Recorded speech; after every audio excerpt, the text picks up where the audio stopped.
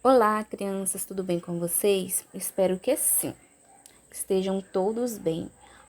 A nossa aula de português, nós iremos falar sobre o capítulo 5 do nosso livro, que tem por título Vida da Gente, onde nós estudamos uma crônica, que tem por título Vitor e seu irmão. O assunto do texto é sobre o diferente modo de pensar de duas crianças, que elas têm o quê? Opiniões diferentes, atitudes diferentes, e que a professora, ela já busca ali trabalhar de uma maneira diferente justamente com eles, para que eles também sejam atendidos de igual maneira com os colegas. De início, o texto ele fala sobre Vitinha, E a professora ela buscava tratar todos os alunos de forma igual. Só que Vitinho era um aluno que deixava a professora cautelosa e cuidadosa. Vitinho era diferente dos outros alunos. E todos os alunos eram tratados da mesma forma, mas nem todos se comportavam da mesma maneira, que era o caso de Vitinho e Alice. Ou seja, ela sai do controle da professora, Vitinho também fez uma ação que quebrou essa rotina da sala. Qual foi? Ele fala, que seu irmão, que acabou de nascer, ele deveria ser incluído no número de habitantes do Brasil. E com isso, a professora escreve na lousa o número de habitantes, considerando o irmão de Vitor, acrescentando, E quando ela escreveu, ela percebe, ao dizer que o número 1 representa o irmão de Vitor, que o número parece solitário após tantos zeros. E ali ela já imaginava o que Vitinho iria falar, E com isso, o Vitinho, ele pediu para a professora botar uns 2 ou 3 para acompanhar seu irmão. Que ele fala até assim, ó, bota mais uns 2 ou 3 para acompanhar meu irmão, tia. E com essa fala, nós podemos perceber, que Vitor, ele tem uma preocupação com o bem-estar do irmão dele, uma certa afeição, que ele quer ver o quê?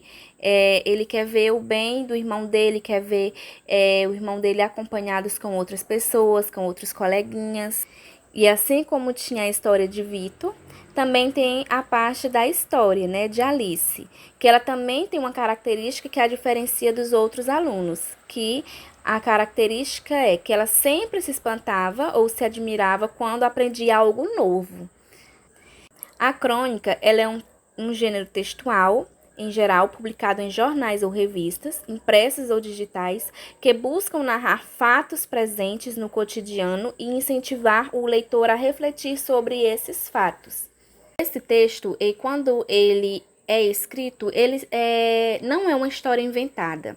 Eles sempre são baseados em assuntos que realmente aconteceram no dia a dia, ou de uma professora, de uma sala de aula, Então, ali ele quer mostrar e fazer com que as pessoas reflitam. Refletir o quê? Que nem todos nós somos iguais, cada um de nós apresentamos características diferentes. E nós devemos o quê? Respeitar todas essas diferenças. E nesse texto de Vitinho, ele apresenta uma variação linguística. Ou seja, assim como há diferenças no comportamento das pessoas, no modo de pensar, no jeito de se vestir, há diferenças no jeito de falar. Essas diferenças são chamadas de variações linguísticas. Vamos reler um pequeno trecho do texto para nós identificar quais são essas variações que está presente no texto. Na parte em que Vitinho diz assim: coitadinho do meu irmão, Vitor, e é claro que este número não é exato. Tem gente nascendo e morrendo a todo momento. Lá no hospital estava cheio de crianças. Será que já contaram? Não sei, Vitor. Bota mais uns 2 ou 3 para acompanhar meu irmão, tia. Então, aqui, quando Vitor fala, na fala de Vitor, revela uma maneira particular dele se expressar, dele falar, dele conversar.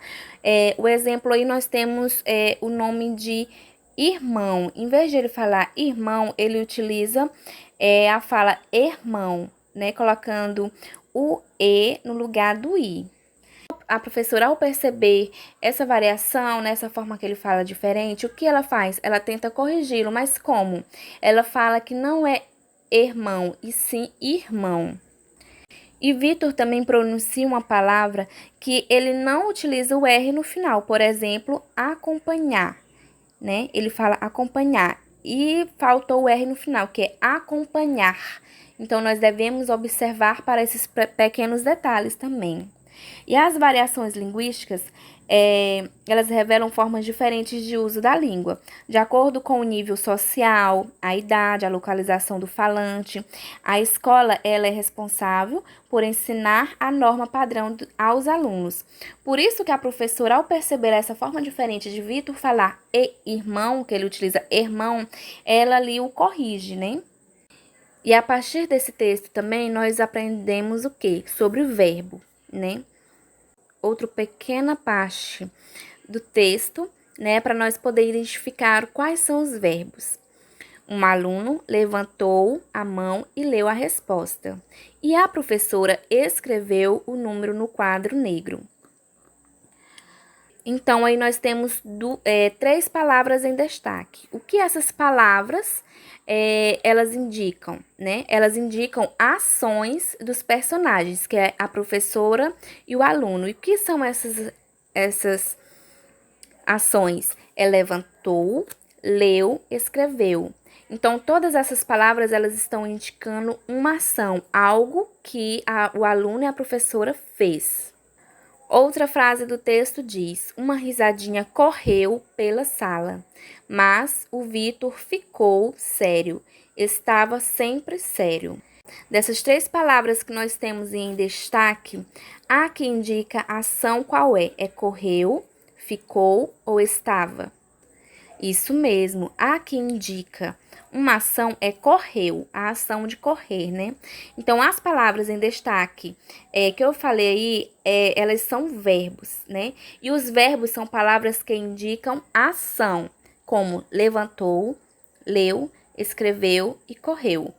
Ou estado, por exemplo, ficou e estava. Há ainda verbos que indicam fenômenos da natureza, como anoitecer, chover e nevar.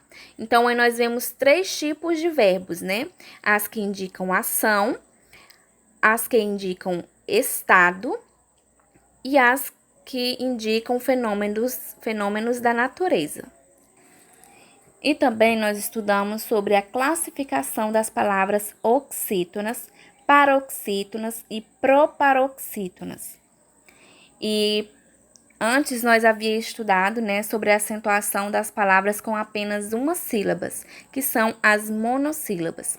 E agora nós vamos estudar classificações das palavras com mais de uma sílaba, de acordo com a sílaba tônica, que é aquela que nós pronunciamos ela mais forte. Sílaba tônica. Vamos observar agora o nome reciclando. E também observar a identificação das sílabas. Repetindo a palavra reciclando. Então, a palavra a qual nós pronunciamos que é a sílaba tônica é a penúltima, que é clã. Reciclando. Então, clã, ela é a sílaba tônica. E então, crianças, também nós fizemos, né, alguns exercícios para identificar quais são as palavras tônicas, certo? E nós iremos fazer em nosso livro de caligrafia, vamos identificar algumas sílabas tônicas em algumas palavras. Ou seja, todas as palavras elas têm a sua classificação, se ela é oxítona, paroxítona e proparoxítona. E primeiramente vocês têm que identificar qual é a sílaba tônica. Quando vocês descobrir qual é a sílaba tônica, vocês vão identificar o quê? Se a sílaba tônica ela é a última, se ela for a última, ela vai ser oxítona. A sílaba tônica é a antepenúltima, então ela vai ser paroxítonas. E se a sílaba tônica for a antepenúltima, ela vai ser proparoxítonas. Então, nós temos que observar esses detalhes para classificar a palavra. Muito obrigado e até a próxima aula. Tchau!